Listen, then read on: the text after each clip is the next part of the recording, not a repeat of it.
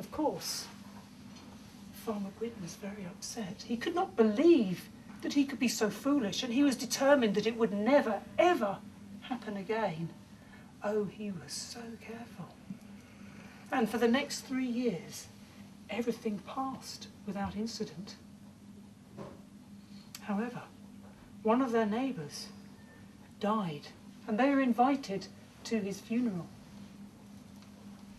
During the wake, the fairy began to chuckle.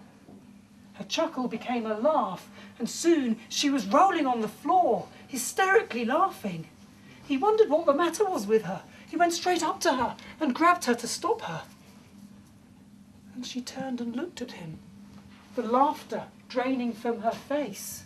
She said, "I was laughing because I now see that our poor neighbour, who had such a hard life, has now passed to paradise and is living a life of joy. But you have struck me now for the second time. And one more time, if this occurs, it will be the end of our happiness." He was this time so determined that nothing would ever happen like this again, and very, very careful. And the years passed and everything seemed to be fine. And then they were invited to a wedding of a young couple in the valley. And just as the wedding finished and they were leaving the church, the fairy began to cry. The tears started to stream down her face. She started to wail and to moan, and her screams stopped everyone dead in her tracks. And once again, Farmer Gwyn jumped up and grabbed her. And she looked at him and said, "I cry because I see these people have a tough life ahead of them. Things will never be easy for them. And now for us, I cry also, because it is all over. I must go." And so she left, taking the cattle, the sheep, and the horses with her, up the long track, up the mountain to the magical lake of Llyn Fan Fach. And there they disappeared beneath the waters. And even though Farmer Gwyn sat on the edge of the lake and shed tears for 3 days and 3 nights, she did not return. He was a broken man, broken-hearted. And year after year he returned to the lake, but never again did he see his beautiful fairy wife.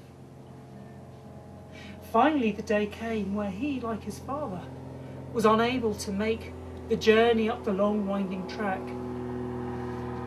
He didn't have the strength and his joints ached too much. And so it was left to his son on the first day of spring to start to take the cattle up to those pastures. And the first day that he arrived there, when he saw the lake, he remembered his mother. And sitting on the edge of it, he too began to cry. And as his tears fell into the lake, one by one, ripples began to appear. And then out of the ripples appeared his mother. She sat next to him and comforted him, and began to sing songs and whisper sweet poems. The songs and the poems were the secret language of the plants. She began to teach him how to use the plants to bring healing to all the people of the land. And he learnt the songs, and he learnt the stories. And he returned to Mudvi, and he began to treat people with the healing knowledge that he had been given. And soon the little village of Mudvi in mid-Wales became a centre of healing, that people travelled miles. In fact, they came from other countries and other lands. The village became protected by the royal family of Wales, for they valued its healers so greatly.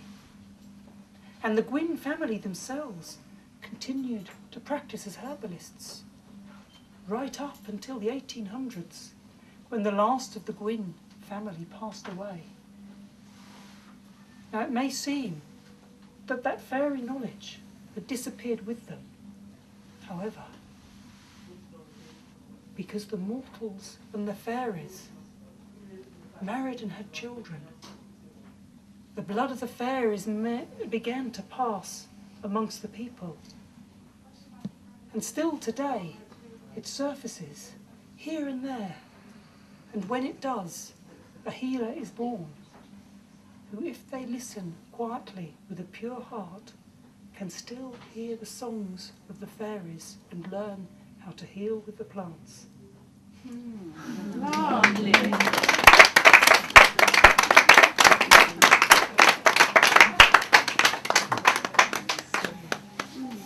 That's a true story.